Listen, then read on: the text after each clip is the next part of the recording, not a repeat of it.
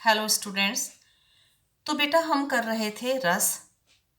8वां रस है हमारा अद्भुत रस। रस 11 प्रकार के हैं, तो हम 7 प्रकार के रस कर चुके हैं और आज हम करेंगे अद्भुत रस। जब व्यक्ति के मन में विचित्र अथवा आश्चर्यजनक वस्तुओं को देखकर जो विस्मय आदि के भाव उत्पन्न होते हैं उसे अद्भुत रस कहा जाता है। इसके अंतर्गत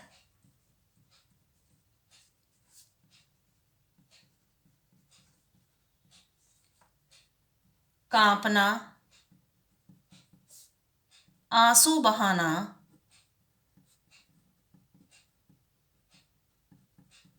आंखें फाड़कर देखना,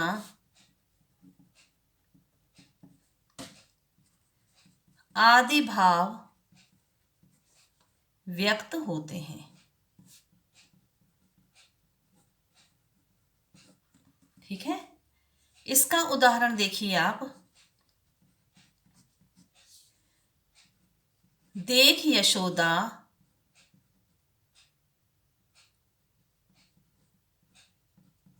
देख यशोदा शिशु के मुख में सकल विश्व की माया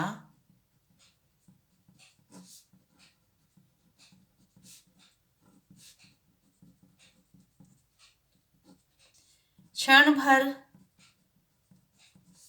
को वह बनी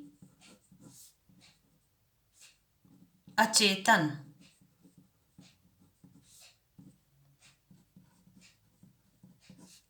हिल न सकी कोमल काया।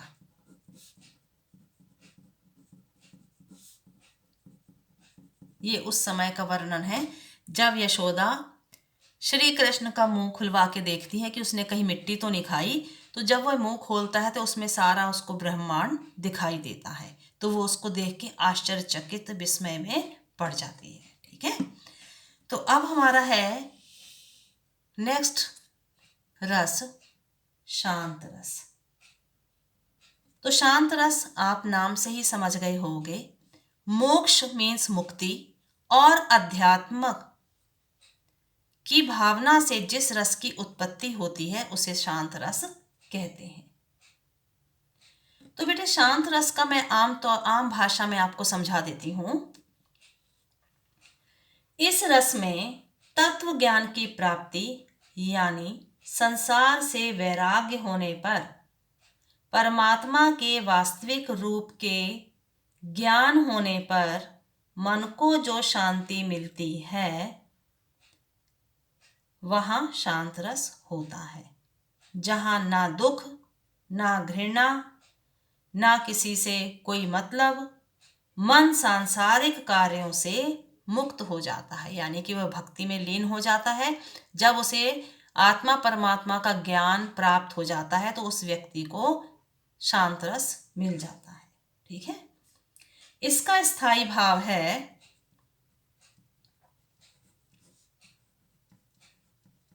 निर्वेद। निर्वेद किसे कहते हैं हम? निर्वेद का मतलब है उदासीनता। ठीक है, तो इसका स्थायी भाव है निर्वेद यानी उदासीनता। तो उदाहरण के जरिए हम देख लेते हैं इसका, समझते हैं इसको। जब मैं था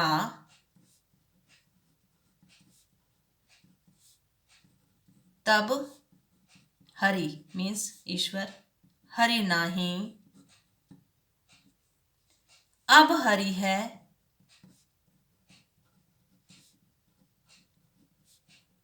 मैं नाही, सब अंधियारा मिट गया,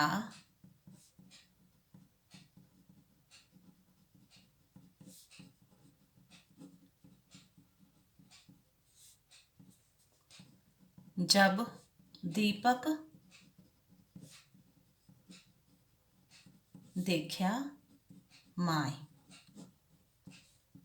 ठीक है, तो ये परमात्मा के लिए, ईश्वर के लिए उसने कहा है। अब हमारा सेकंड लास्ट यानी कि 10th रस है वत्सल रस।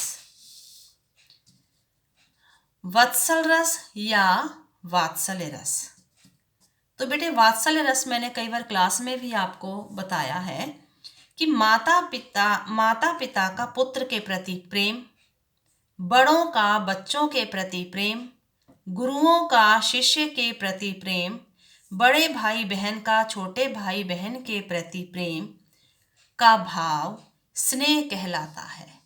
ठीक है, यही स्नेह का भाव परिपुष्ट होकर वात्सल या वत्सल रस बन जाता है, कहलाता है। इसका स्थायी भाव है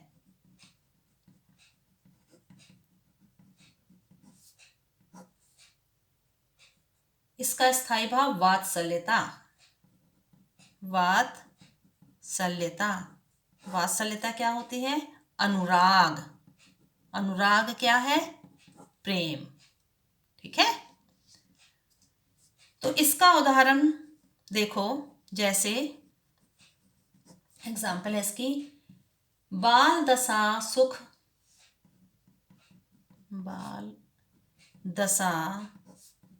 सुख निरख जसोदा।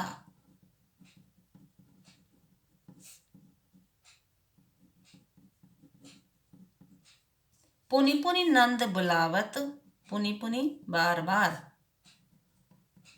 नंद को, नंद बुलावत। अचरा तरले ढकी सूर, अचरा मीन्स आंचल, तर ले ढकी सूर, सूरदास ने लिखा है तो सूर आ गया है, सूर। प्रभु को, श्री कृष्ण को दूध पिलावती।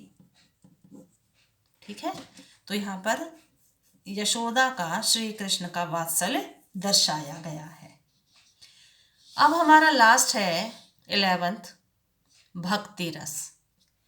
इस रस में ईश्वर की अनुरक्ति, अनुरक्ति मीन्स भक्ति, प्रेम, और अनुराग, अनुराग भी यहाँ प्रेमी है। तो इस रस में ईश्वर की अनुरक्ति और अनुराग का वर्णन होता है।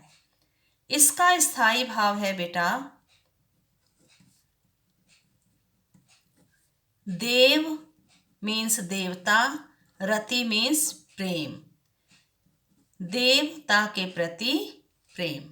ठीक है, तो इसका उदाहरण बहुत सिंपल है, मीराबाई का, मेरे तो गिरिधर गोपाल दूसरो ना कोई, मेरे तो गिरधर गोपाल दूसरो ना कोई।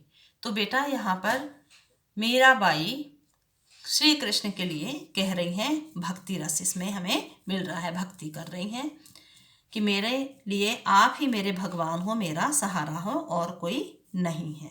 ठीक है, तो यहाँ पर बेटा हमारा ये रस का टॉपिक समाप्त होता है। आपको समझ आ गया होगा। धन्यवाद।